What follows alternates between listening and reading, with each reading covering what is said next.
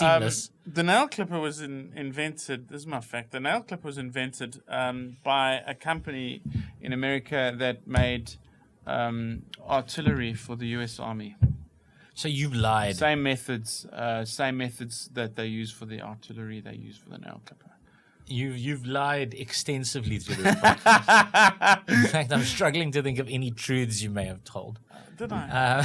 Did I? I have to go back and check. No. I'm hoping beyond hope that this one will finally be a truth, and it won't be. No, I was joking. It's the Russian military. You know what I mean?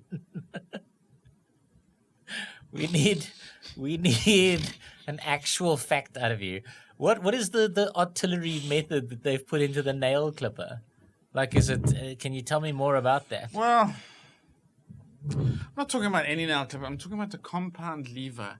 The one that you turn upside down Yeah, and then I it. brought it. That's my car key. That's your car key. That wasn't. Now put that in the bowl for after. Okay. Yeah. So, but the big thing was this.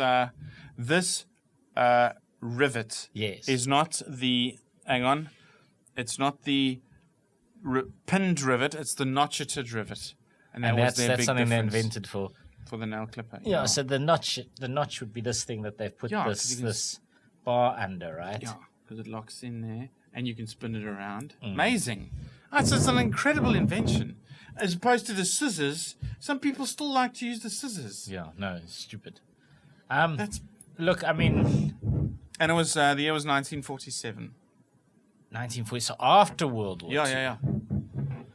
I know that war in general is quite a good inspiration for like as a total tangent, for innovation. Yeah. You know, I know like World War I, for instance. Constraints, that's the problem. When you're forced to do something, it brings out but also what innovation. happens is something. War is such a strange scenario that it can take a relatively small unknown invention and just really blow it up. And then I know that happened World War I with gauze. You know, so these guys had this material that could absorb like 5 times more than any other kind of cotton, and you know, they wanted to start selling it as a thing for wounds, and then the war shows up. They go and demonstrate it at the War Office, and suddenly it's ubiquitous. We'll suddenly take it's 5 being used, million. Suddenly it's everywhere. Deliver That's next right. week. That's right, yeah. And so those sorts of things do sometimes break. So I'm surprised that this is like a post-war invention. You know, they were like, oh, you know what I hated about war? You know what the worst thing about war was? Sitting there trying to trim me nails. Yeah. There I was on the Maginot Line, nails 6 feet long. I wish I had something light and fluffy I could clip my nails with. Get the office on it. But that file's a bit useless, though. I've never... You can use that other thing. Oh, the file? Clean your nails, but the file...